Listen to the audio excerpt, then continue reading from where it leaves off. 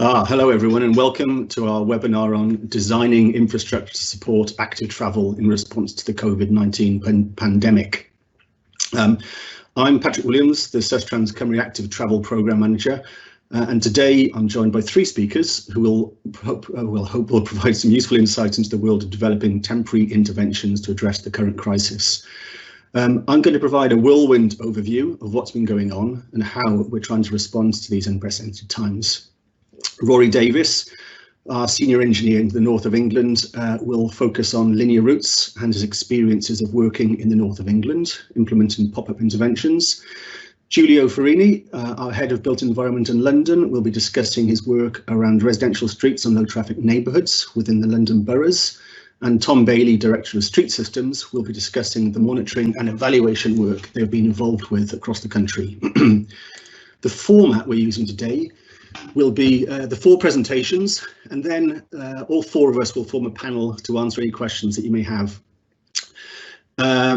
Because of the technical format of the webinar, you can't see or hear us, or rather we can't see or hear you directly, but you're able to use the Q&A facility that you'll have on your screen to raise and ask any questions, and those will then come through to us and we will attempt to answer those questions through the Q&A session. So, setting the scene. What's been happening? Next slide, please. We know from the cycle counts that we're seeing from across Wales and the rest of the country that since the beginning of lockdown, there's been an increase in cycling. To illustrate this, these are typical figures from a Welsh local authority, and what you're looking at are comparative figures from Q1 this year and Q1 last year. Although not granular in terms of understanding the detail behind these flows, i.e. how many of these are utility, how many are leisure, the highlighted site 303, for example, clearly illustrates the sort of increase, the level of increase that we're seeing happening at the moment. Next slide, please. The national picture gives us a little more detail. These are from DfT, and the DfT distribution figures from the 16th of March to the 9th of June. Split against the number of modes, so all motor vehicles, buses, rail and cycling, England only, sorry. The peaks are weekends, and the graph shows one peak close to 400% increase. But if you look at that, Robert Davis, for example, in last week's Ideas with Beers, suggested considering this against a number of other factors. So you'd expect to see a natural upturn in cycling during the summer of around 20 to 30%. And this year has been particularly warm, so allowing for this, it seems that it's probably around 100% increase or doubling of the number of cyclists for the season average. Next slide, please. The narrative is also changing. The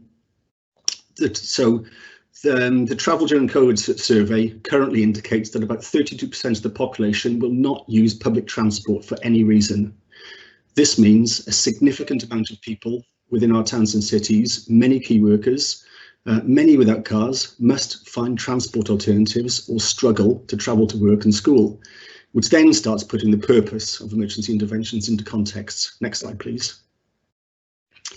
Within this context, the narrative is also changing to reflect the changing transport environment, with the aim of capturing the common grounds between people, car drivers' particular aim, the key message being social justice and social inclusion.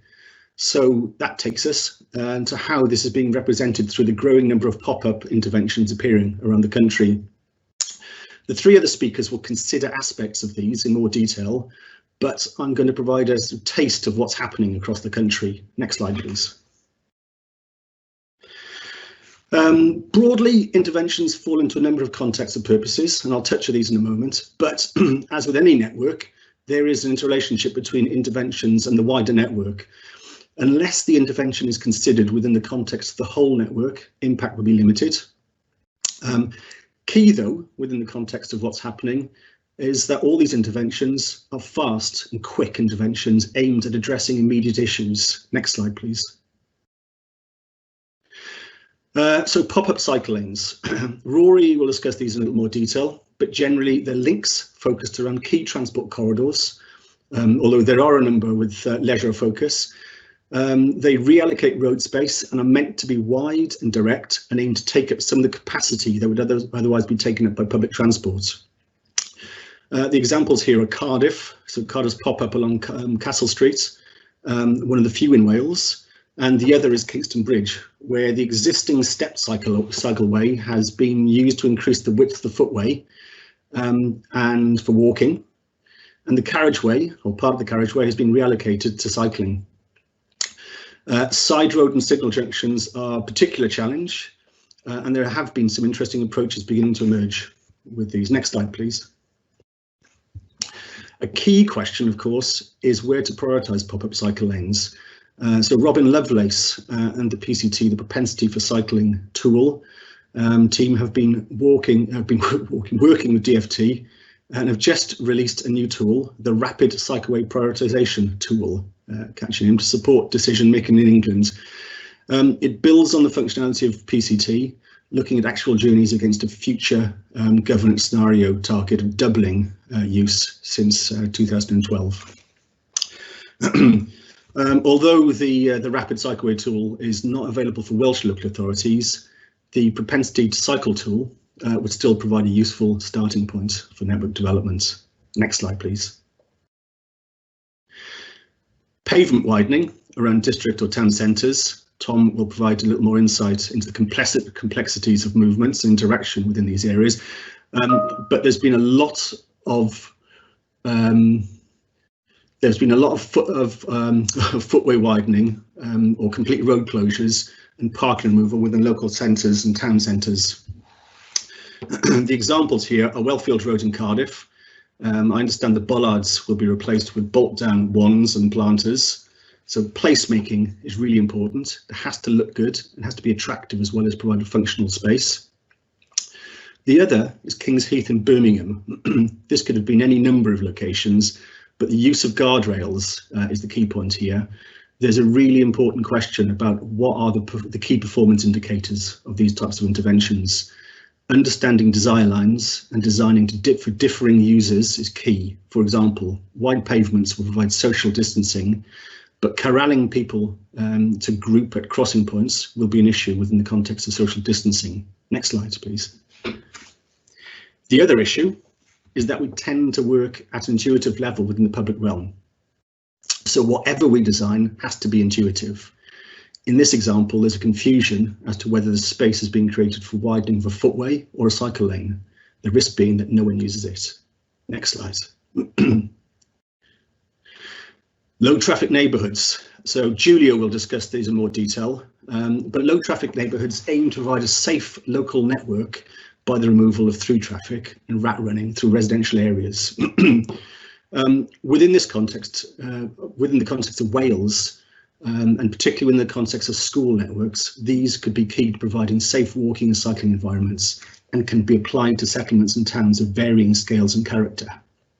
Next slide. School streets. So school streets often do what they say on the tin, focusing on the space directly outside the school. So regular time closure around AM and PM peak times, restricting parents from driving to the front of the school and dropping their children off. In Wales, this can be enforced using cameras. So in principle, you're able to filter essential access from those that you do not want within the street, similar to in the way you could do it with, for example, in low traffic neighbourhoods. The premise is really around tackling the congestion commonly experienced outside schools. The image here is St David's School in Newport. Typical traffic flows outside the school are 7 cars between 11 and 12 in the morning, and then 94 cars between 3 and 4 in the afternoon. St David's, within the context of school streets, probably isn't a good example, in as much as we only closed the road on one occasion rather than a regular closure, but it does highlight the issues of congestion around schools. And my next point, which is that school streets shouldn't be considered in isolation. Going back to my original point around cohesive networks, schools and learner travel measure in Wales require local authorities to consider the wider network approach, and you'd expect that this is reflected within proposals as well as the emerging active travel network maps. Next slide, please. My last point is related to evaluation, particularly with a focus on understanding the impact of temporary or pop-up interventions. Fast temporary interventions are an opportunity to test, learn and to amend. It gives people the ability to experience something that a drawn proposal doesn't, and they're terrific for engagement and give us something tangible to evaluate. Understanding, learning, communicating impact is fundamental. Tom will be discussing his work around evaluation later on, but I thought I'd finish with a quick look at some evaluation we did at St David's primary school in Newport. I've already mentioned the fluctuation in traffic flows. So these are highly contested locations with pedestrians, parents and children vying against vehicles for space. There are lessons here in terms of approaches to evaluation to the temporary that I think are directly applicable to areas like district and town centres. In Newport, we wanted to better understand variations in behaviours such as space distribution by mode, the behaviour of each of these modes, interaction between pedestrians and vehicles, crossing behaviours, formal and informal, and was there a propensity for vehicles to yield to pedestrians, as well as the broad understanding of vehicle flows and speeds. We developed some designs and then tested them using temporary materials. So we reallocated space to widen footways, as you would do in a town centre, and installed a crossing point using chalk. We'd previously installed video cameras to capture a baseline on the street and then put cameras back up again to look at the impacts of the temporary interventions. Next slide, please. What we found was, filtering out the pedestrian desire lines, we could see that crossing was attracting use, and there was a pattern of less dense formal movements then across space as a whole. We then looked at the yield rates of vehicles in relation to these movements and saw that after the trial there were higher levels of vehicles giving priority to pedestrians within the area. Key to this was the impact on traffic speeds, and as a result of the trial we found that speeds dropped by about a third during the time that the temporary interventions were in place. And that's it for me. So our next speaker is Rory Davis. Rory is a senior engineer from our England North team. Rory's been working with local authorities in the north of England, particularly Greater Manchester and North Tyneside. And Rory is going to discuss his experience of delivering pop-up interventions with these local authorities with a focus on linear routes. Great, thank you, Patrick. So I'm just going to go and share my screen now. I'm wondering, Patrick, if you can just mute as well. I'm getting a bit of feedback there.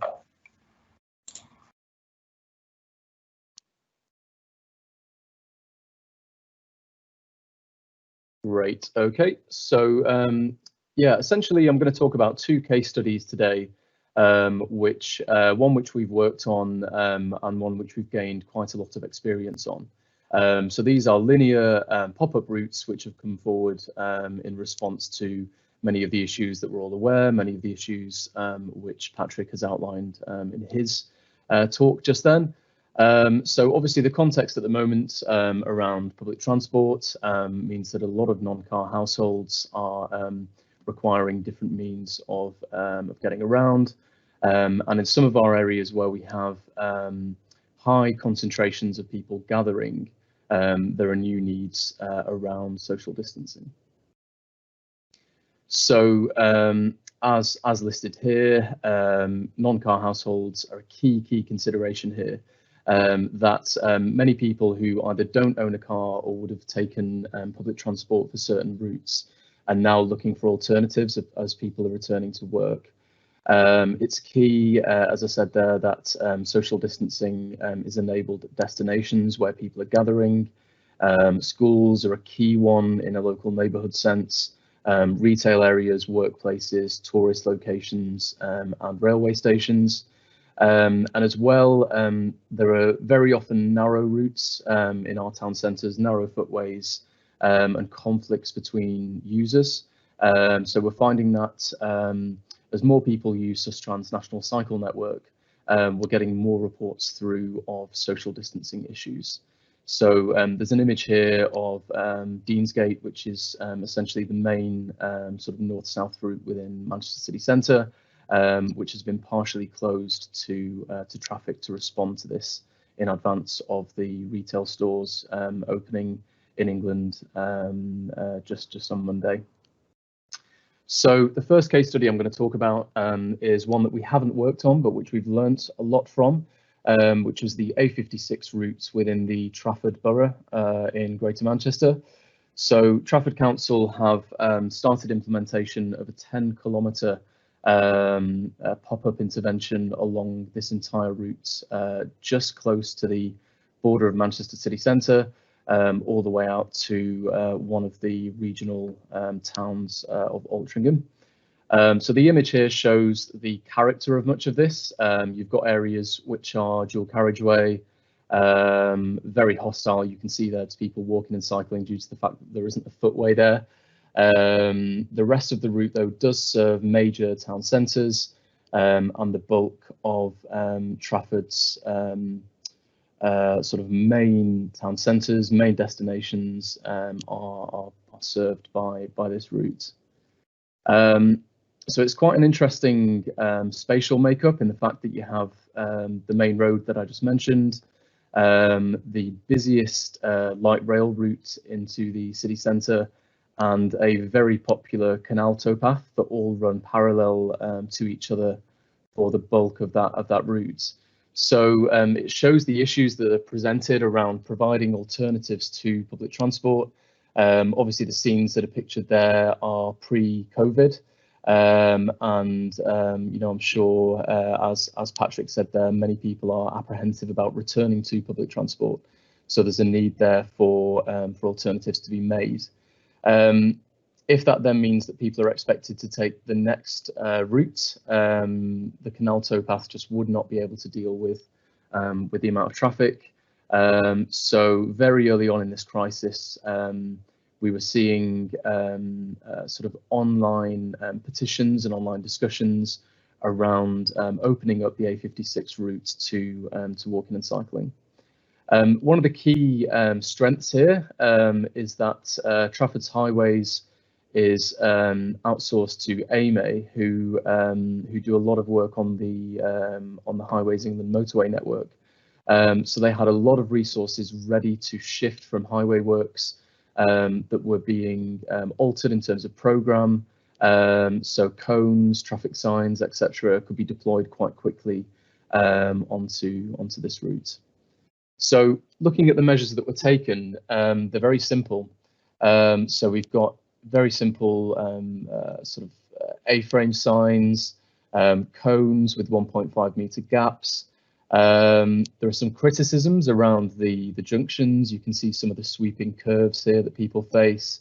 Where there are bus stops, the coned off areas do stop and start again. But it is a vast improvement on what was seen before. And many of these images that I've seen when I've ridden the route and that I'm seeing from social media of children cycling along this route, you know, may not have happened before in great numbers had this not been put in place. So this was one of the striking images for me, really, of this route that didn't have a footway, that now in many ways is quite a tranquil route, and I never thought I'd say that.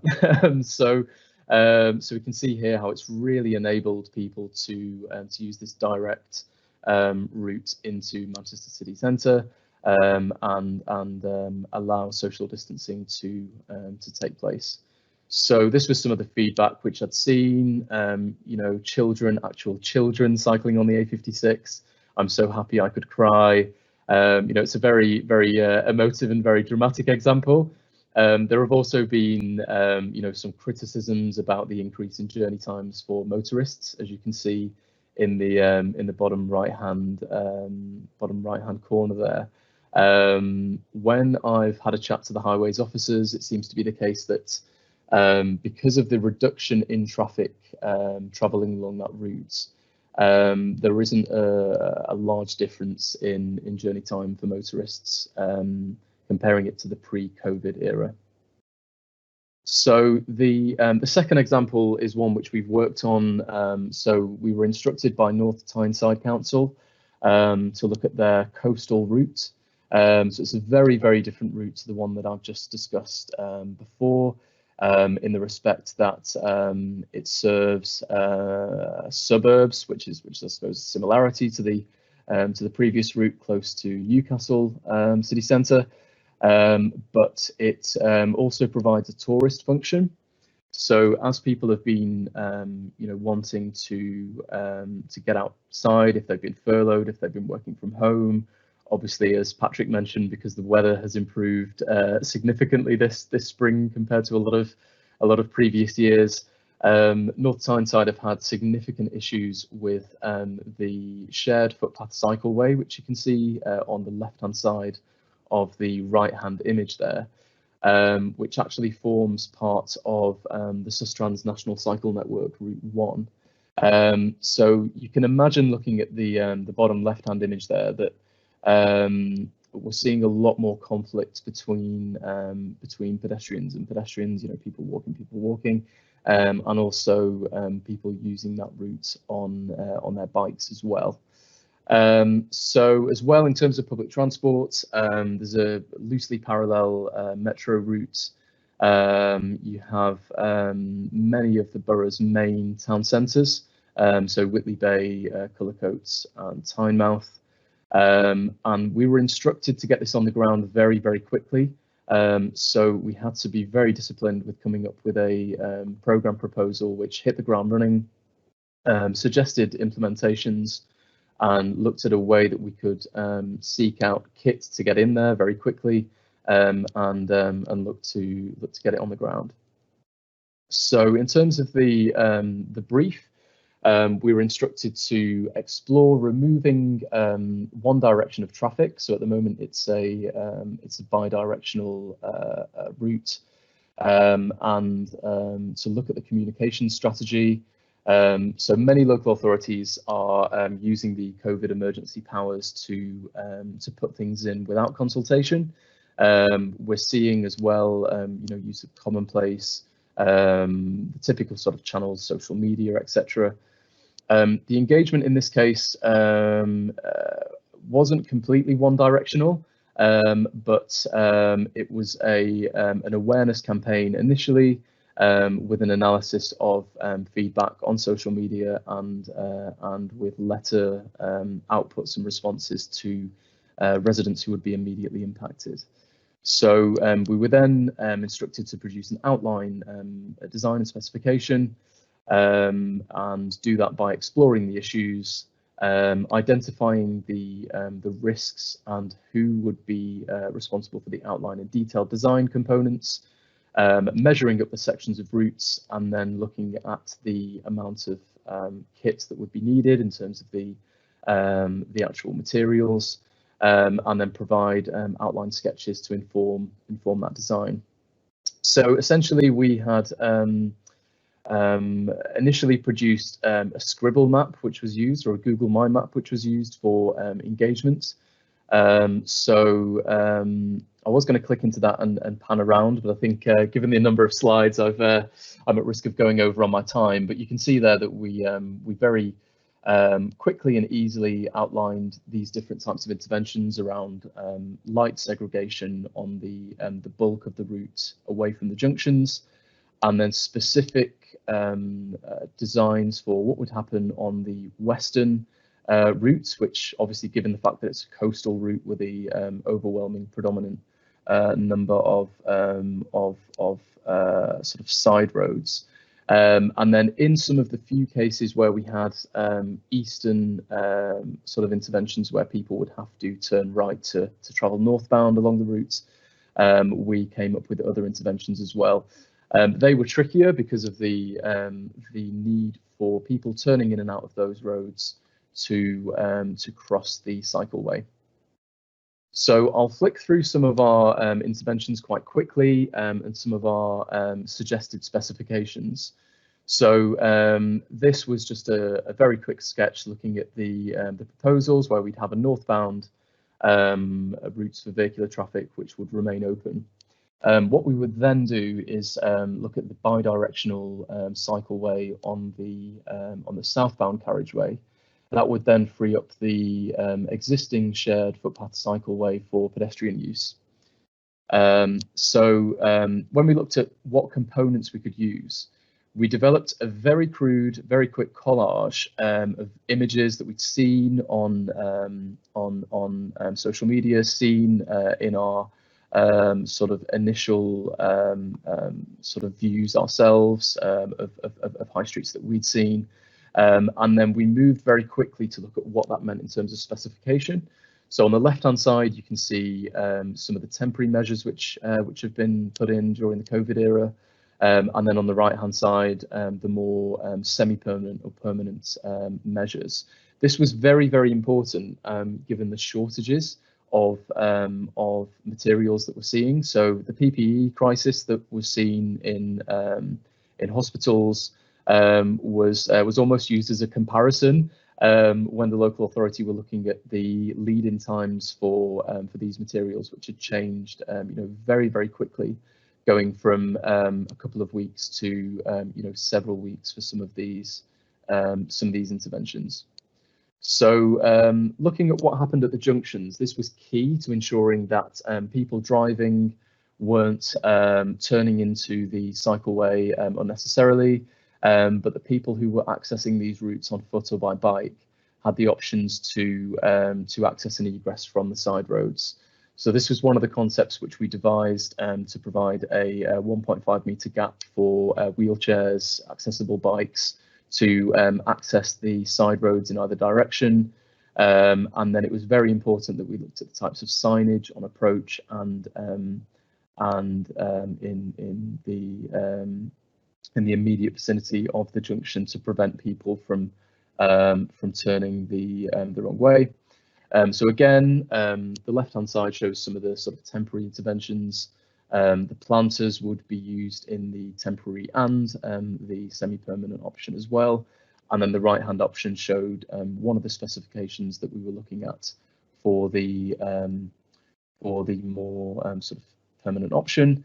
And then this was the right-hand approach, or the eastern approach, where people were travelling in cars, going to be travelling across the traffic.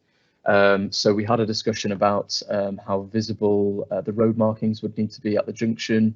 We're actually updating these drawings at the moment to show a coloured surface and additional cycle markings to make people driving very, very aware of the conflict point. And then, as I show there, how some of those interventions could come across. So what we had to do very, very quickly was look at what that meant in terms of specifications. So have our measurements plotted out, have our interventions plotted out in terms of signage, bollards, etc. And it was really important that we were flexible about the different materials that we were specifying, and almost provide a bit of a shortlist, so that then the highways authorities suppliers could get back to us and they could say very quickly, component A is in stock, or component B will have a 12-week lead-in time. And then our local highways contacts could then go back and have their discussions around when these things would need to go in and what sections could be prioritised.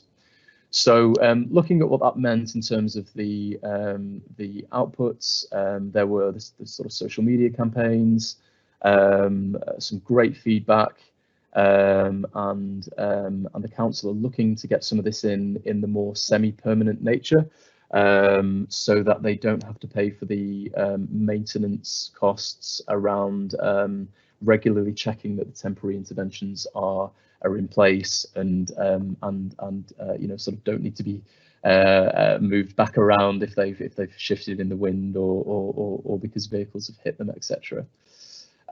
So looking at some of the options that we can use, as I think Patrick mentioned there, one of the main criticisms that I have from a design point of view of some of the interventions that I've seen is this continuous linear approach, which we can see in the sort of arty looking photo in the top left. It's really important that people who are walking are able to cross routes in a town centre environment like this, and also not bunch up at junctions. As well, you don't want to create that tunnel vision approach where people who are in their cars might feel inclined that there isn't a threat of people crossing at those points, and may accelerate and may sort of travel more quickly or in a less safe manner than they would do otherwise. As was mentioned before, the junctions on the top right-hand image, again taken from the A56, really need to be considered around the sort of safety at junctions, etc. And then looking at the bottom left-hand image, the use of low-level interventions is tricky if you're thinking about sight lines from HGVs or sort of people who may be travelling in taller vehicles who may not see those interventions at all points. But happy to answer any questions about any of those specifics at the end. So yeah, thanks for listening, and I'll hand back over to Patrick and then over to the next speaker. Thank you very much.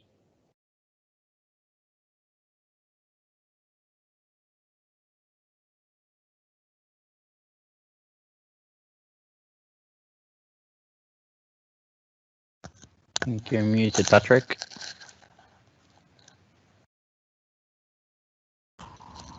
You're on mute, Patrick. Right, thanks, Rory. Our next speaker is Giulio Farini. Giulio is a chartered engineer and head of our built environment in our London office. He works closely with the various London boroughs as well as Transport for London. And Giulio is going to focus on his experience of delivering low traffic neighbourhoods. Hi everyone, has that come through the presentation? I'll presume it's a yes. If it hasn't, then someone give me a shout. So yeah, I'm gonna focus on kind of treatment of residential areas during and beyond the pandemic. I think what's abundantly obvious to everyone is that through the pandemic, there's kind of been a rediscovery of residential streets as kind of our places for socializing, for playing, for interacting, for shopping. There's really been a resurgence in the amount of time that people spend in their neighborhoods, and it's really brought out the importance of them in our lives. And I think it's also kind of the importance of neighborhoods has been reflected in a lot of the wording around the guidance from the Department for Transport in particular in the UK. That have identified kind of residential areas as the easiest area where interventions can be delivered for the quickest and cheapest way to sort of deliver change, particularly through point closures and low traffic neighborhoods. I think there's also a kind of a social justice angle to this. There's a lot of sort of evidence that shows kind of the different type of demographic that you attract by providing cycling infrastructure either on sort of strategic roads, which are sort of the more commuting trips, the longer trips, which tend to kind of the cycle superhighway style approaches, which tend to attract more of your white male commuters, while sort of cycling on quieter residential streets or maybe in town centres widens the demography of people cycling. So the real kind of social justice angle. And I think it's always important to remind ourselves that, you know, the cycle to work is only one of the trips that people do in a day. And actually, as a total number of all the trips, it's less than a third. So I think it's really important not just to focus on the strategic roads, but actually looking at enabling a lot of the local trips that most of us make always, and that a lot of us have made even more often during the pandemic. And as I said, sort of looking at the kind of different patterns of mobility, I think there's a risk with focusing just on sort of arterial radial routes. That we sort of reinforce some of the systemic inequality that we have in our cities, particularly the focus on the kind of the breadwinning commuting trips versus the trip chaining that a lot more women do, and versus kind of a lot of the local trips that maybe people in sort of not in office jobs have to do a lot more of. And I think whenever we're sort of looking at designing schemes or projects, we really have to ask ourselves sort of some of these big questions about, you know, who stands to gain from the economic benefits of walking and cycling, which voices are being listened to and are kind of driving the program. Our industry tends to be very white and male, and how can we ensure that we reach out to people that are underrepresented, and where am I focusing investment? Am I investing in areas that already benefit from historical privilege, or am I investing in areas which are more deprived and that really need that kind of investment to actively confront social injustice? I'm going to quickly touch on what's kind of been done in London to date since the start of the pandemic. Lots of boroughs have launched kind of crowdsourcing platforms like Commonplace, which has been made available for free to sort of source ideas from residents on what to do, which is good. and quite a few boroughs are putting these modal filters in streets. So these are just planters plonked down. You can see the ones in the top left were initially just put down, and then they were kept on getting knocked about. So they've added lots of reinforcement on the right, which does sort of raise some questions about, you know, it's quite difficult to cycle through that space now. So I'd always be mindful to sort of not create too much clutter in the street. You still want someone on a bike to come through. And you can see in the second round here, you can actually see they've sort of drilled them into the ground because they kept getting knocked about by vehicles. So I would say make sure that what you put in is sturdy and is sort of resistant. It's a bit of a shame, I think, actually, here the way that they've designed it. They've actually had to put some on the footways as well, which sort of reduces some of the footway width. So I'd say when you're doing a design at the start, just make sure you sort of try to prevent the ability to sort of pass around them. Another important thing is signage. You can see the sort of DIY sign on the right. Lots of signs that highways engineers understand, but that maybe someone driving around doesn't understand, particularly, I guess, the flying motorcycle, which we'll see now. Lots of people don't understand what that sign means. And we've seen a lot of DIY signs just basically saying you can't drive through here or you'll be getting fined. These are actually quite interesting. We've seen a few of these go up, which don't physically block the whole road. They still allow someone to drive through, but they're camera enforced. So these tend to be, in my mind, less preferable. I think they're usually put in because the emergency services want to retain an access route, but they invariably result in a bit more backlash from the community because people will get fined and they'll claim that they didn't understand what the sign meant. So I'd say wherever possible, engage with the sort of emergency services early doors so you can agree the key routes that they need to retain, and then the others you can sort of put full filters across the road so that it's very clear. It's kind of self-enforcing. I quickly wanted to touch on process because I think it's one that a lot of sort of local authorities are still grappling with. Most closures that we've seen go into London have been put with experimental traffic orders. So that's section 9, which gives you kind of 7 days between notice and implementation. There is a consultation and monitoring requirement for the first 6 months, which obviously is a bit more burdensome for local authorities. But it does mean that in that 6-month period, you can sort of amend it, you can tweak it, you can move things around. And then it means you can make a decision on whether to make the scheme permanent. You can keep it in for 18 months and then make a decision whether to make it permanent. Others have used temporary traffic orders, which can be implemented quicker, but there's a lot of concern about whether these can then be made permanent. So the temporary traffic order means you then have to remove the intervention. And if you want to make it permanent, then you have to either introduce a permanent traffic order or an experimental traffic order. So I'd say it looks easier at the start, but in the long term, it probably doesn't address what you're trying to do. An interesting approach from Lambeth, who did a borough-wide TTRO. I've seen it. It's about 7 pages long. They name every single street in the borough, which is quite an interesting way to cut costs. It's $3.5 grand, and you can do everything you want across your whole local authority.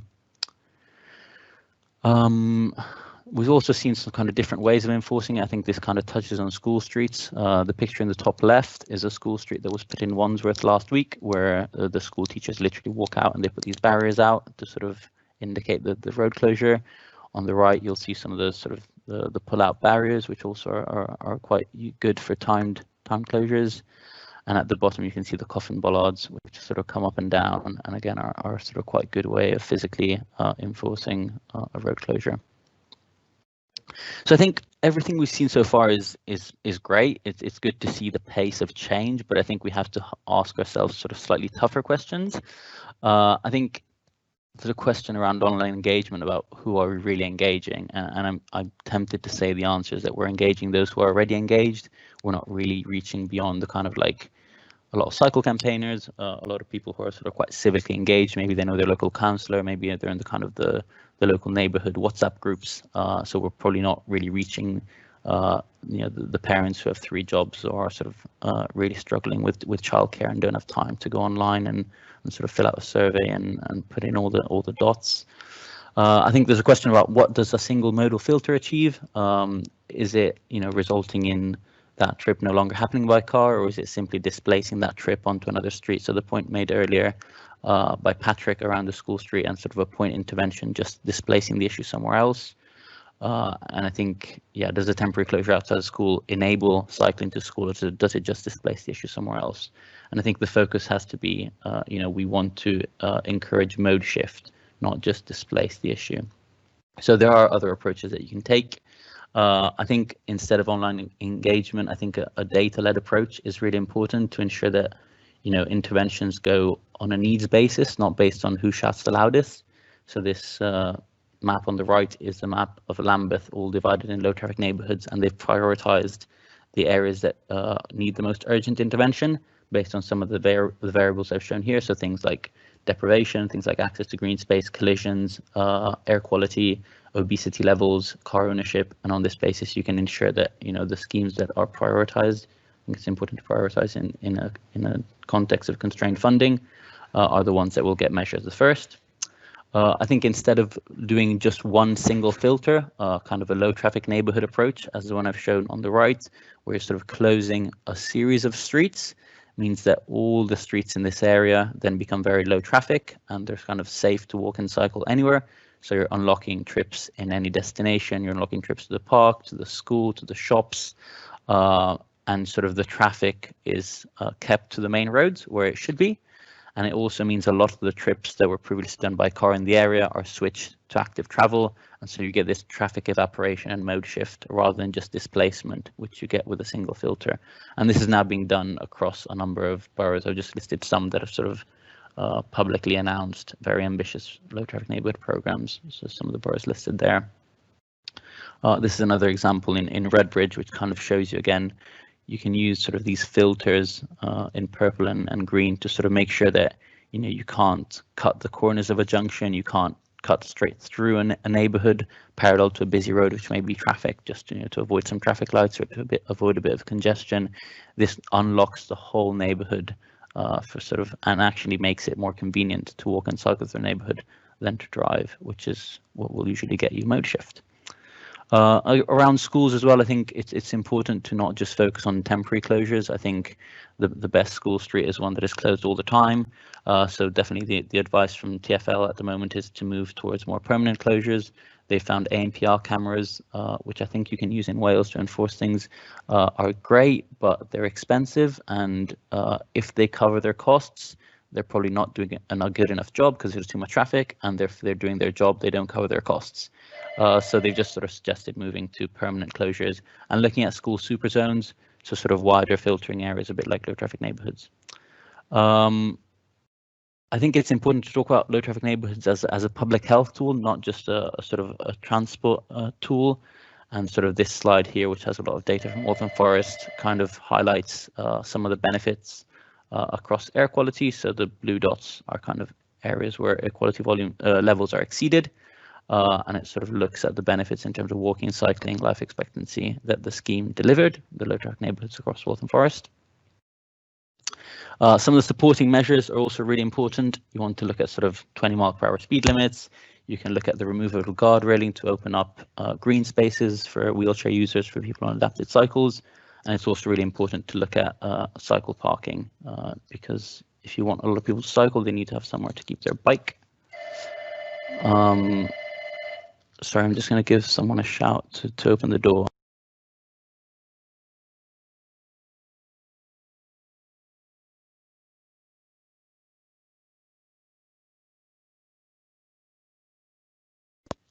Sorry about that. I think it's really important we think about kind of the temporary to permanent change and kind of how we take people on a journey. I think there's a real risk of this top-down approach antagonizing residents. I think it's really important we don't give up on engagement and we don't leave people behind. I think particularly inclusive design, I think that we've seen a lot of interventions that kind of forget about protected characteristics. And also the fact, you know, not everything has to be online. We can look at phone banks, we can look at posters, leaflets and pop-ups. Just because we have to physically distance doesn't mean we have to give up on it. Monitoring is really, really important. So counting, and not just cars. As I said before, it's kind of a public health intervention. So looking at air quality, physical activity, how many people chat in the street, how far can your child go alone? And also looking at behavior change. You know, we need to empower people to feel like they're confident enough to ride bikes and to walk around.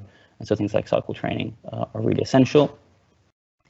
My last slide is kind of about not getting blinkered by COVID. I think obviously the COVID pandemic is, yeah, it's a tragedy, but I think we can't forget about the underlying challenges, things like the climate emergency, the public health emergency, mental health, transport poverty, social inequality. These are all things that will not go away, and they're actually likely to be accelerated or magnified as a result of COVID.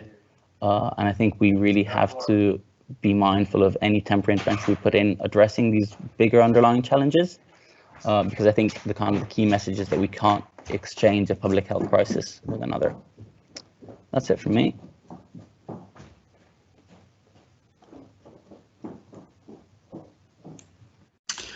Thanks, Julio. So our next speaker is Tom Bailey. Tom is a director of street systems, who are built environment information data gathering and analysis experts, and they work across the country with clients that include DFT.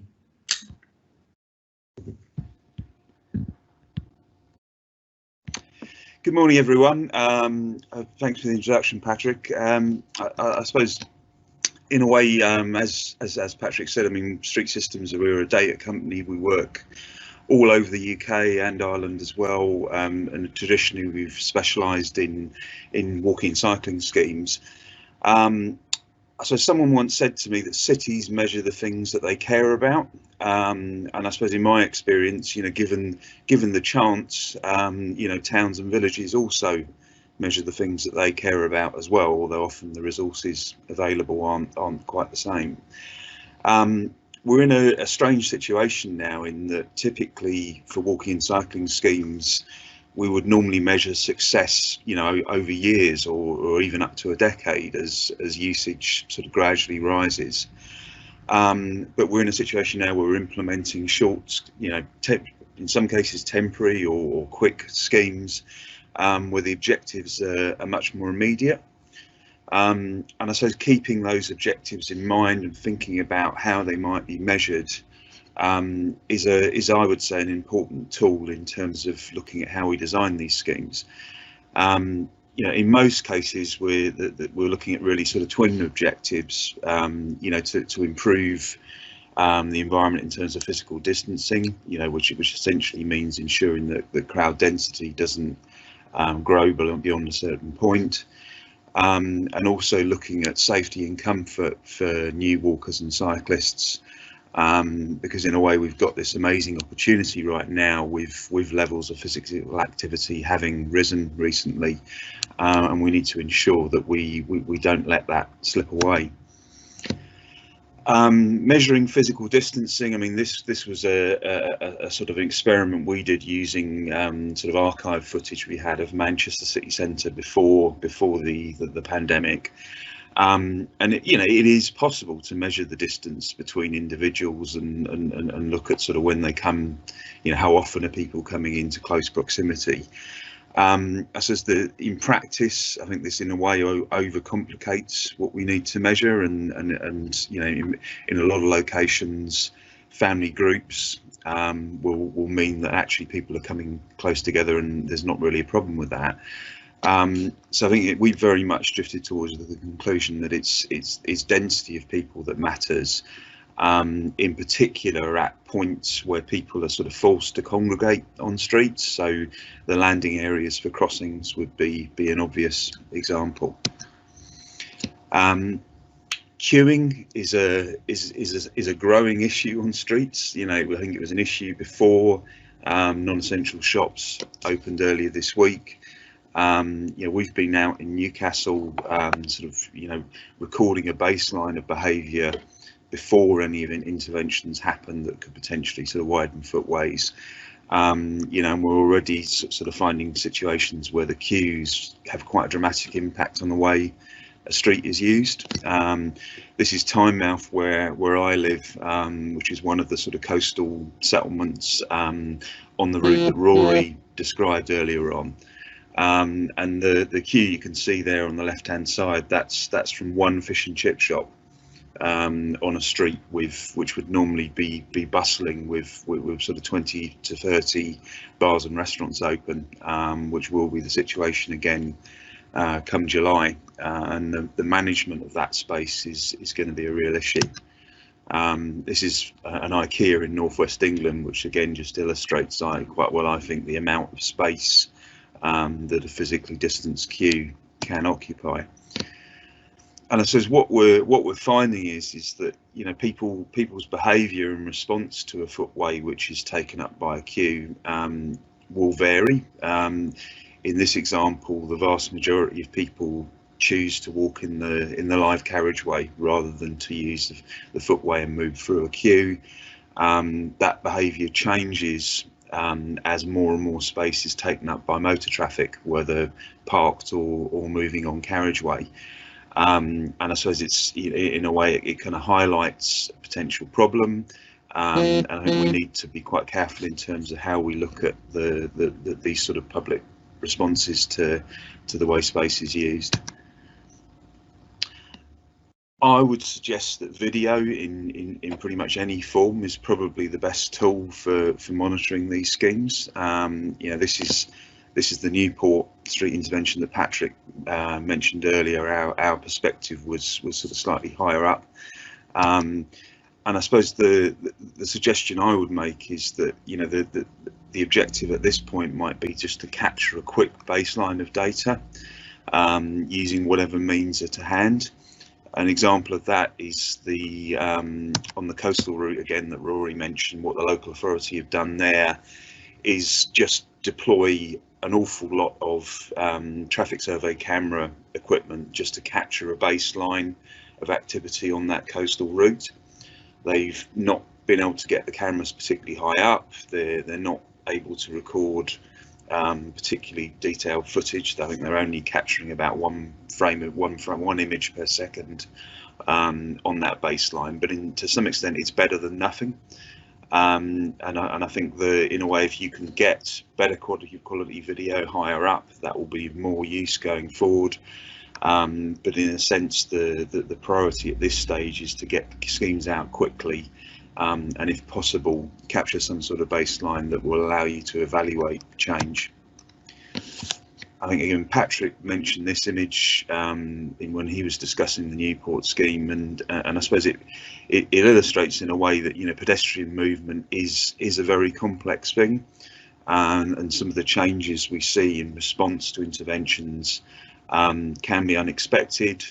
Pedestrian design lines are critical in lots of locations, you know, particular sort of town centres and retail areas. And we need to be looking really at the impact of any interventions and looking for unintended consequences.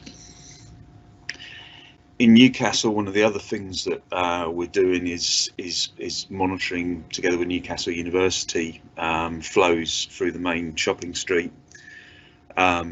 They've put in some forms of one-way working on the main shopping street, so encouraging people to flow in one direction on one side of the street and in the other direction on the other side. And you can see in these graphs these represent the east and west sides of that street, and you can see the balance of movement does reflect that people are doing what the local authority are encouraging them to do. Although that's never going to be an absolute picture in terms of what goes on.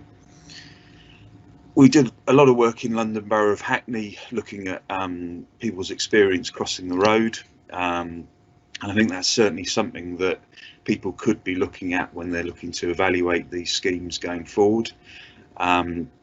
If people's experience crossing the road is improved, then that's fantastic.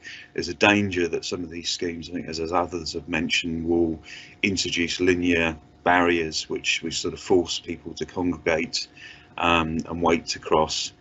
And I think the ability to measure the quality of that crossing experience could be key in terms of how we track the success of these schemes going forward.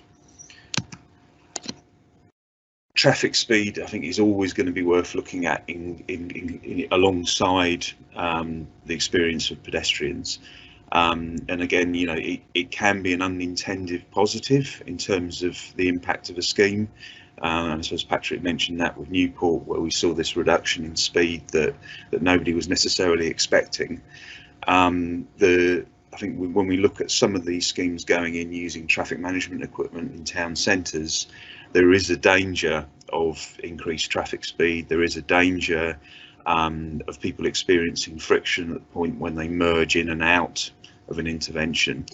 And those are things which we can and should be measuring and looking to use that to inform the adaptation of schemes. People often sort of see monitoring of schemes as being something that only happens in big cities, but in some ways, I mean, this area here, which was a sort of pre-COVID City of London financial district, these office workers aren't going to be back for an awful long time. And actually, right now, some of the more interesting places are smaller settlements, you know, where people are kind of living their daily lives, experiencing their local high street differently than they might have done before the pandemic. This is a small village in Scotland that we're looking at here, where there's currently a project ongoing to improve the local high street. And I think in a way, in particular, where we're using experimental orders and there is an obligation to do some monitoring, that's something that we could be embracing and using to help refine these schemes and deliver a better environment for everyone that's using them. Thanks very much.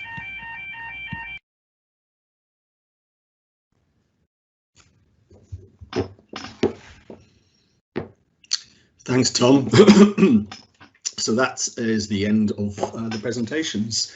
We're now going to, well, we've been looking at some questions coming in, so we're now going to form a panel and attempt to answer some of these questions that are coming in. The first question that we've got here is around linear routes and what linear routes actually mean. Well, you know, I think terminology possibly the wrong that we've been using, but I mean, a linear route is essentially a primary and arterial route that you would otherwise expect to be probably segregated, and it's going to be sort of taking relieving capacity from public transport in a situation where a lot of people are reluctant to use public transport. I think there's an interesting question though attached to that, really, that probably relates to identifying these routes and sort of going back to the network development side of things and understanding how routes within some of these locations are being identified. I think Rory clearly has been involved within Greater Manchester and with the North Tyneside route. Rory, I don't know if you've got any views on how these routes are being identified within the areas that you're working in. Yeah, well, I think as Julio rightly said, the planning for social distancing, you know, very often shouldn't focus on linear routes. So by linear route, what that simply means is a straight line, you know, corridor or a transect, which goes between, you know, a couple of points or a series of points along a route. So that differs from the neighbourhood approach, which was outlined by Julio, which in many instances, when you're trying to lead to modal shift and more walking and cycling, the neighbourhood approach very often does that you know, a lot better.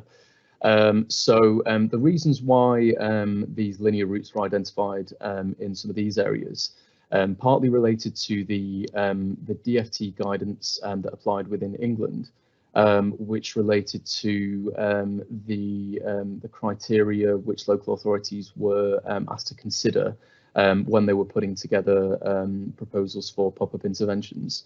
One of those related to previous levels of public transport use before the COVID crisis.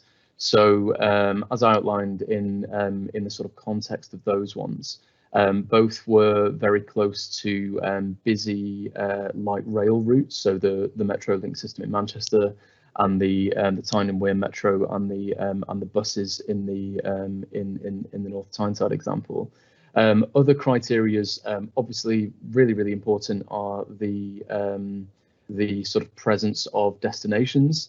So both examples, even though they were linear routes, they were, you know, in one instance a main road in the Trafford example, in the other instance a quieter sort of local distributor route. The sort of consideration that the authorities took as well was the importance of those routes in terms of their ability to connect to local centres. So they all had town centres, very, very close to them or served by them, which would be where you'd have large groups of people walking, congregating, crossing, etc., etc. So hopefully that provides a bit of context on how those routes can be chosen.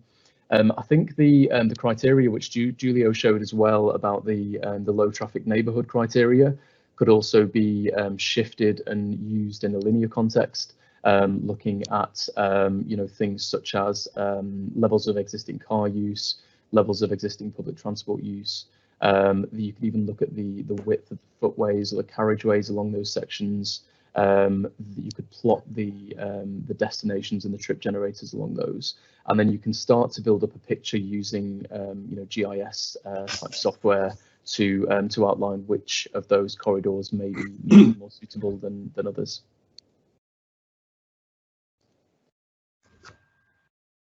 Well, thanks, Rory. Yeah, I guess building on that, it's an interesting question around, I think, the degree to which areas are models and networks are developed around modelling and looking at actual propensity and evidencing, I guess, potential use, and the degree to which, I guess, the reality of network allocation, which often is around quick wins and things which are sort of politically expedient in terms of being developed. So in terms of being sort of put in the ground, also cost, I think, is a key one there. Julio, within the context of London, modelling as opposed to simply looking at quick wins, what is your experience there? Yeah, modelling is always a tricky one, isn't it? I think, yeah, modelling obviously is kind of inherently opposes innovation, I guess you could broadly say. It kind of reinforces the status quo. I think what's been really interesting in London in the past years has been looking at kind of integrated models that look at the potential for mode shift. So they're kind of looking not just at commuter travel, but looking at all travel. And obviously in London, we have a wealth of data, both from public transport, from the Oyster card, and also from just sort of satellite data. And it can really help build this picture of where people are currently traveling, regardless of the mode that they're taking. And then it can help you inform kind of your future planning. It can help identify the trips that are switchable from one mode to another. So it can tell you, all the trips that are under 2 miles and going kind of where they're going. And it can also help you kind of cross-reference it with demographic data to look at, people that are maybe more likely to switch their trips. It also has data on kind of like how many of these trips are encumbered. So if they're family trips, if they're trips with luggage, if they're kind of work trips, and they really can help you build a comprehensive picture of the potential for mode shift. I think all that data is really, really useful. I do think kind of in terms of the final outcome, kind of the conclusions are what you'd expect. Most major corridors in and out of cities where people travel along, there should be some kind of segregated infrastructure. And most low traffic neighborhoods tend to have a lot of local trips, lots of local car trips that could be switchable. So I think that there's a lot of benefit in, I think that there is a benefit in modeling in terms of as an engagement exercise to sort of make the case for it. But in terms of shaping the final outcome, I'm not sure modeling should be a constraint for sort of what you're going to do. Yeah, thanks, Julia. I spent a day or so in looking at TfL and their one model or whatever it's called, this sort of crazy big model of London, where they're trying to understand every movement that runs through London and really sort of granular approach to it. And I think what I got out of that was you can model things, and clearly there's questions around the data sets that go into to inform these models as well. But the arguments that were sort of coming out in terms of the model shows this, but we think you ought to be putting it there. And so at the end of the day, I think my experience of that in terms of evidencing is you need to starting points and actually putting some evidence in terms of looking at propensity of movement and looking at usual stuff, trip generators, trip attractors, where the potential would appear that people are going to people will be moving is key. But these things need to be deliverable, and there will always be a sort of a subjective element within that, and engagement then sort of comes into play, and working with the various stakeholders to enable and to look at where you're delivering these routes. Tom, your bread and butter is data, and I know from talking to your partner about modelling and the value of modelling. There's some interesting views. Have you got any thoughts? I mean, you're working across the country clearly, and you're witnessing stuff in a lot of different local authorities and a lot of different regions. Yeah, I suppose the thing I'm noticing is that a lot of the first wave of these schemes that we're seeing coming together in the northeast of England seem to be linked to economic objectives more than anything else. So in a way, there is this huge fear of the economic cost of the pandemic, job losses, and rightly so.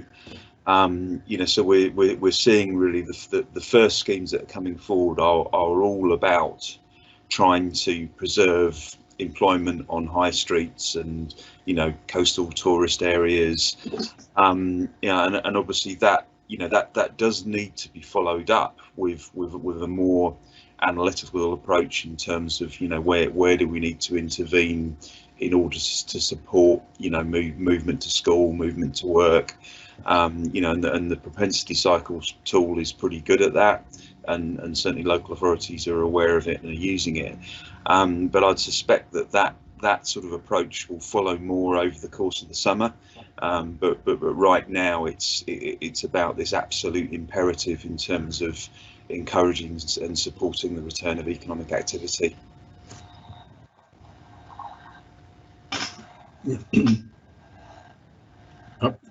Right. Thanks, Tom. So I guess linked to where you're placing cycle lanes and where you're putting routes in, the next question is around journey times. So regarding journey time increase for motorists along linear pop-up routes, there may be a large difference in journey times right now. However, as people start to transition back out of working from home, this is likely to change. How are we going to prepare for this inevitable increase in journey times for motor vehicles users, and the likely community concern / outrage that will ensue? It's. I mean, I guess from what I've seen around this, Chris Boardman has been talking a lot about in terms of comms, and that goes, I think, really back to the purpose of what we're doing and the narrative around these interventions.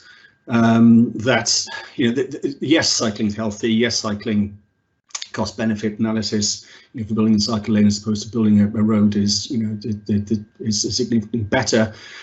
But this fundamentally is about social justice. I think I used some of the things that are coming out of Greater Manchester at the moment. So I think one of the ones was, this isn't a cycle lane, it's a travel lane for those who don't own cars. There was a piece recently where Chris Boardman was talking about looking at figures in Greater Manchester. So on a standard day, there are 300 trips on public transport in 3 miles or less. If only 20% of those are being used, then you've still got 240,000 people who are unable to travel by public transport. So there's a fundamental social injustice in terms of how many of those people own cars. How many of those people, if they were to shift back to car use, are able to get in a car and make that journey in a car. We know that there are a proportion of people, and there is a risk, I guess, which has been discussed quite a lot, that some of these public transport trips, if they're going to not be made by public transport, will shift over to car use. But that really is only applicable for the proportion of the population that own cars. Within cities, and certainly within cities that I know, so I live sort of Newport is my home, or certainly close to Newport. Certainly the areas where we'd expect people to be moving in public transport, large areas of social deprivation with low car ownership, where people are reliant on public transport. So that goes down to the messaging and bringing people on board and making people understand the difference and the purpose really for these. That it may be that they inconvenience some people in some cases. I guess it goes down to also to understanding where you're putting these routes. Julio, I think London is probably the place where these routes have been going up, and you've been even without the COVID context, you've been putting in temporary and sort of temporary lanes and fast routes for some time. Your experiences there? Yeah, I mean, the question around kind of travel time, I think there's again the need to, I guess, look at travel time across modes. I think there's a fixation with vehicle journey time, which obviously is important. A lot of trips have to take place by vehicle. But I think the evidence from a lot of sort of the more popular routes in London is that the actual number of journeys being accommodated by the new space layout is greater than it was before, and obviously kind of the average journey time by any user along that stretch, regardless of their mode of transport, has sped up. So I think we kind of need to move away from idea of just vehicle journey time and vehicle capacity to people journey time and people capacity.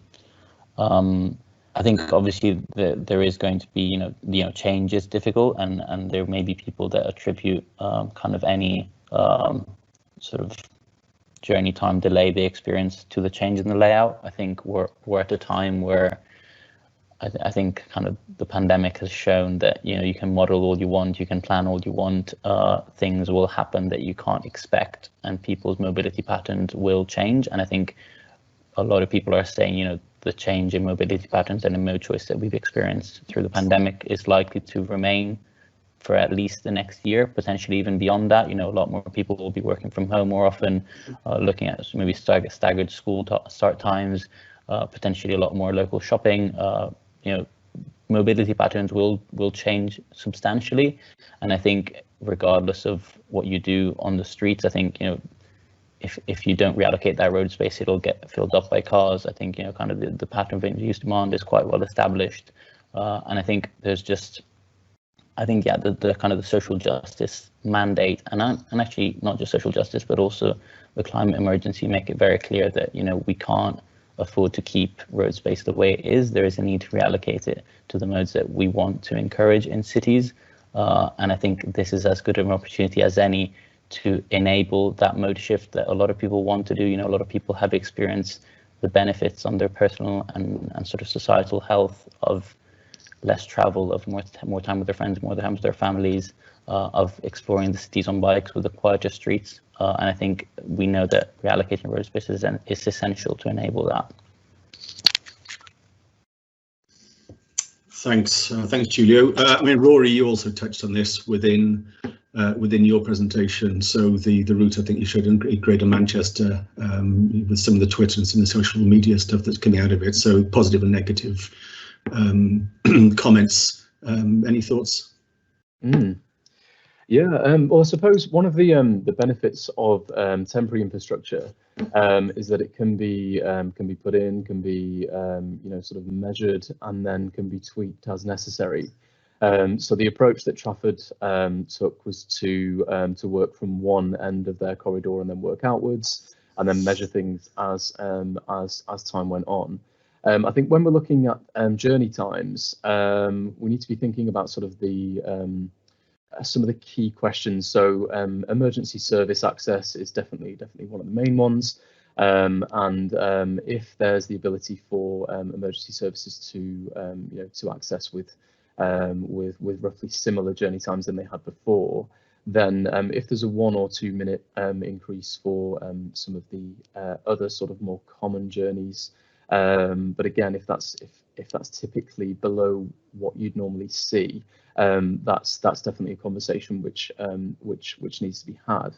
And I suppose one of the questions should be around junction capacity as well. So if journey times slightly increase, but junctions still operate at the capacities that are needed to ensure that local highways authorities are meeting the obligations that they need to meet around sort of vehicle traffic, then again that question sort of has to be raised is around is is a couple of minute increase on journey time worth it if we're sort of increasing safety around some of the areas where people are queuing outside of shops and walking into the roads and those sorts of things?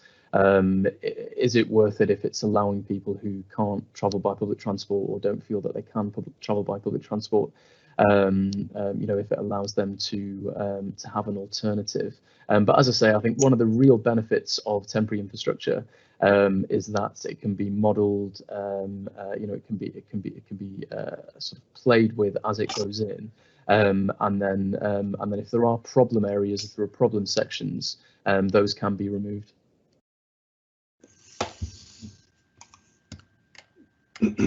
Thanks, Rory. We're going to move on. Next question. So this is around measuring the implemented pop-up cycle lanes and temporary footway widening, and I think fundamentally around equality and user experience. So we've received document compiles. So, for example, the RNAB we know have concerns about some of these interventions with cone-spaced obstacles. Are there any more accessible alternatives you can suggest for temporary interventions?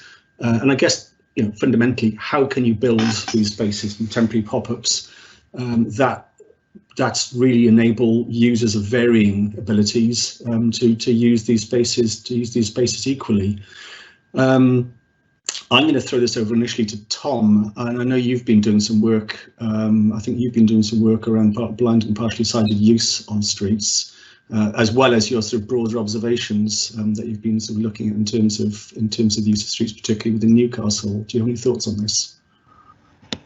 Yeah, well, I suppose we've been working on zebra crossings and blind and partially sighted users. So obviously it's a very different context to the issues that are maybe arising now.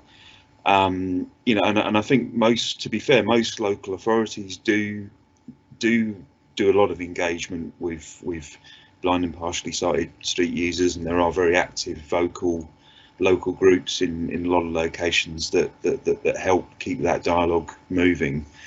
And I suppose in a way it's, you know, the right, most local authorities, if they're honest, are going to get things wrong initially. You know, what goes on the ground first will not be perfect. And the key really is keeping that dialogue going and adapting schemes and coming up with ways of mitigating any poor impact if people are finding it harder to navigate. And you know, I suppose in a way, you know, if we're finding that certain types of users don't feel able to use new space which has been allocated to pedestrians, that needs to be established quite quickly and action taken to ensure that they do feel able to use it. You know, so I suppose in a way it's, you know, what's true for blind and partially sighted users is also true for a lot of other street users. You know, and it's about measuring and reacting to problems rather than just letting them fester, I suppose would be the approach I'd suggest.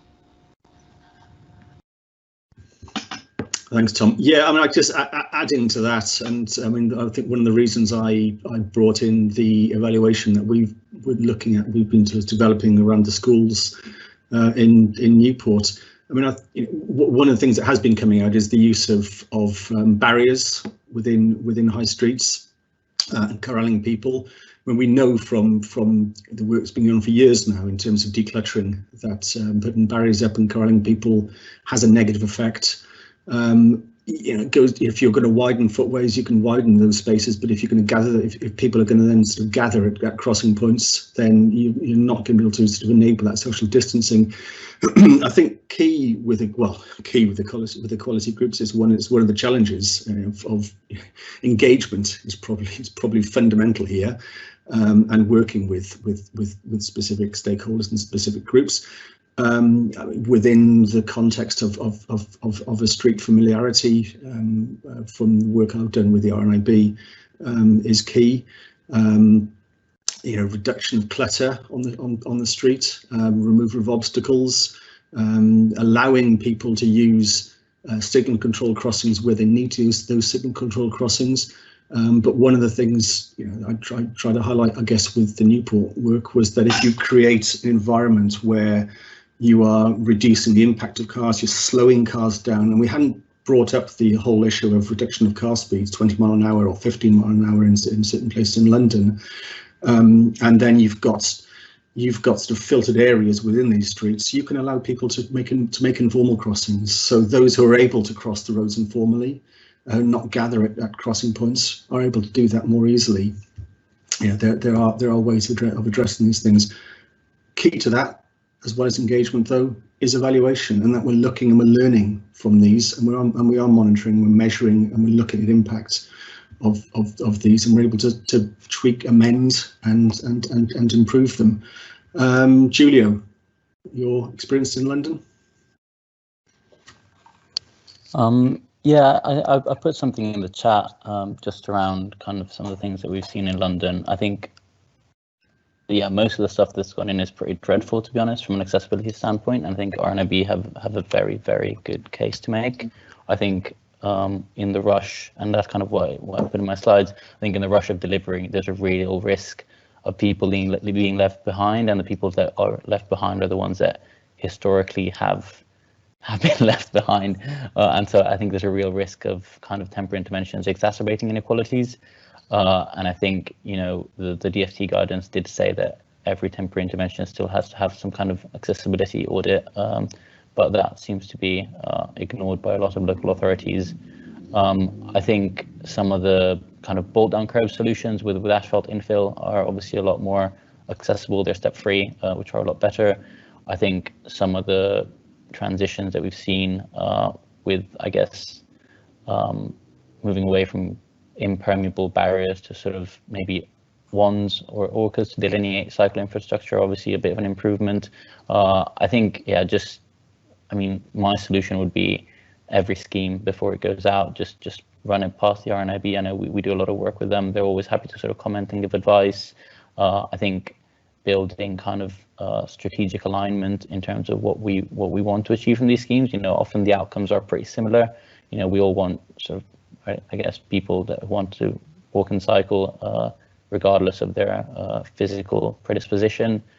We all want sort of slower traffic speeds. We all want safer crossings, improved crossings, and it's just about reminding ourselves that not everyone experiences space like us, and trying to give a space and a forum for those perspectives.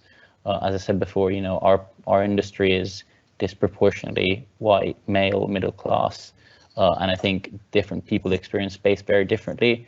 One of the bigger questions for me around, for example, the traffic neighborhood approach is that I feel very confident walking through a low traffic neighborhood at night. I know that maybe a woman wouldn't feel as confident. I know a black person maybe running through a space is perceived very differently. And I think it's really important we don't forget about those different perspectives. And in the long term, the solution is definitely diversifying our industry. But in the short term, I think it's important that we make space for those voices and ensure that they have a right to influencing the design.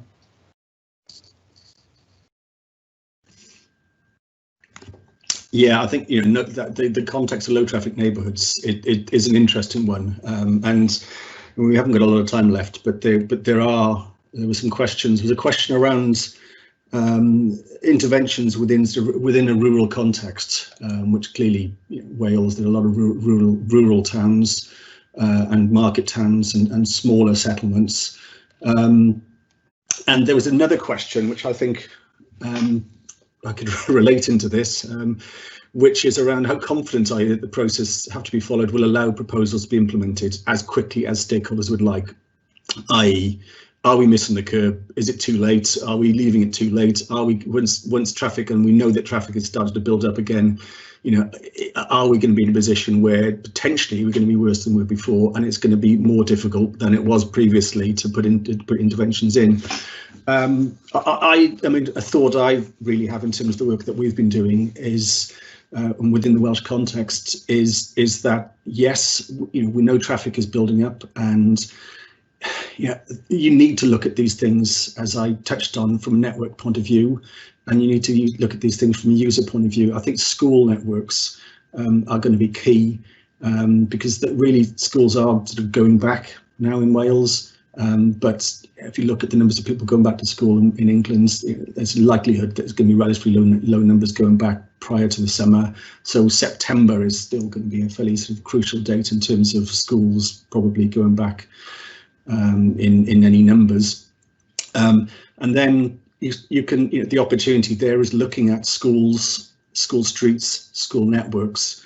Key to school networks are going to be low traffic neighbourhoods and these quiet routes, these calm traffic, low volume, low traffic routes that will enable people to move within the catchments that you have. And I think that is applicable. We've been working with local authorities and looking at relatively small towns and at sort of network modelling and network development around school networks, and I think that's going to be a key one.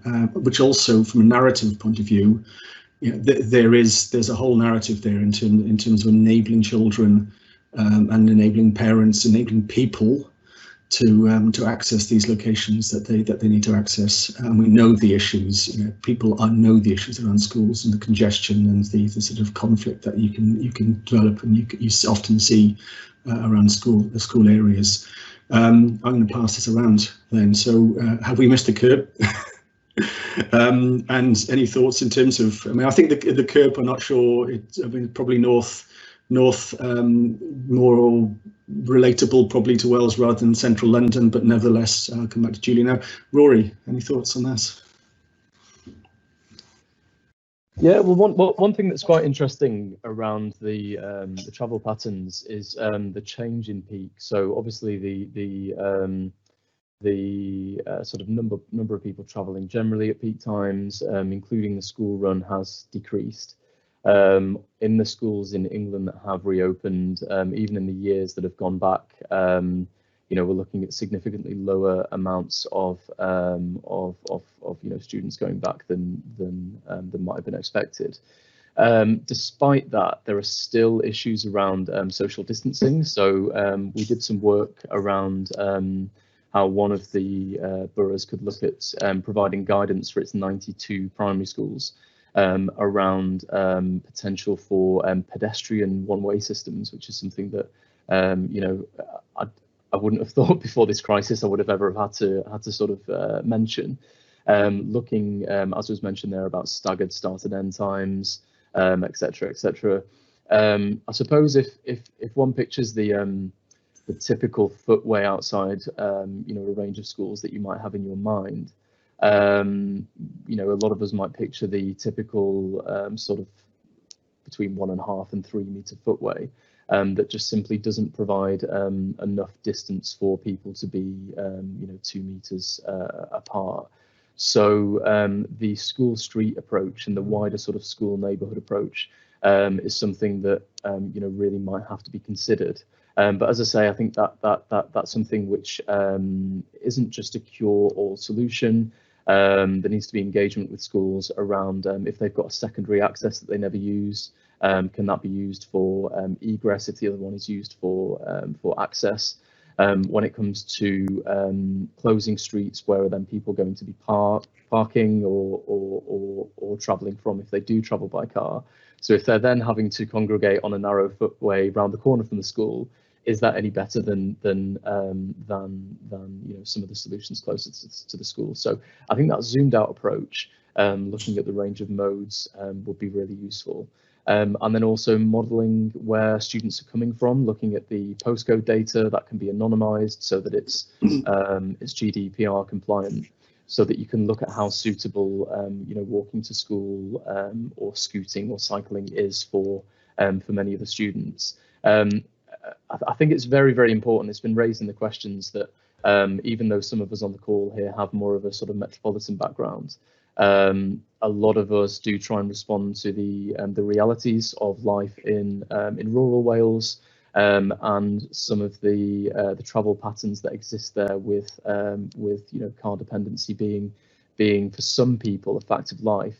But I think some of these social distancing measures can be tied into, for example, walking buses where people park nearby. So on a project that we've done, we've looked at negotiating with pubs, for example, who may not be using their car parks, so that people can park up and then potentially use a wide footway to get to school that way. Yeah, it's something which definitely needs thought and attention now before schools go back, so that things can be planned and trialled in the run up to the end of the year, and then September, when we're expecting student numbers to be returning, you know, something to something more like what we saw before COVID. Thanks, Rory. And I guess quickly running out of time, Julio, any thoughts on that? Yeah, I put some sort of quickly typed up answer in the chat in the Q&A. Yeah, I think it's a very good point. I think the sort of different challenge in the rural and urban context. I think, as I said in the chat, sometimes when I'm working out of London, it does feel like it's not too different. You know, lots of sort of local towns. I was just in Bexley town centre yesterday, which obviously has one railway station, but very little provision other than that, and sort of quite hard car ownership. Lots of people travelling sort of orbital trips around London. I mean, the pandemic, again, I think has really shown how these spaces can operate quite differently, and kind of what trips are actually essential. You know, how often do I need to travel beyond sort of a walking and cycling distance? You know, obviously a lot of people historically had to commute, and maybe once you take the car out for the day, then you use that car to then go to the supermarket, you use that car to go to the gym, you use that car to do whatever you have to do, and maybe even, you know, drop off your kids at school by car, because you're in your car already, you might as well do that. But all of a sudden, if you don't have to commute to work, if you don't need to do that, you know, that half an hour drive, then how can you live your life differently, and how many of those trips can actually be done locally by different modes of transport? I think the pandemic has really highlighted the potential to live lives differently in a much more local context. I think prioritizing sort of, yeah, I think the health of, you know, asking more of our bodies and of our planet, and I think enjoying the extra time with our local community.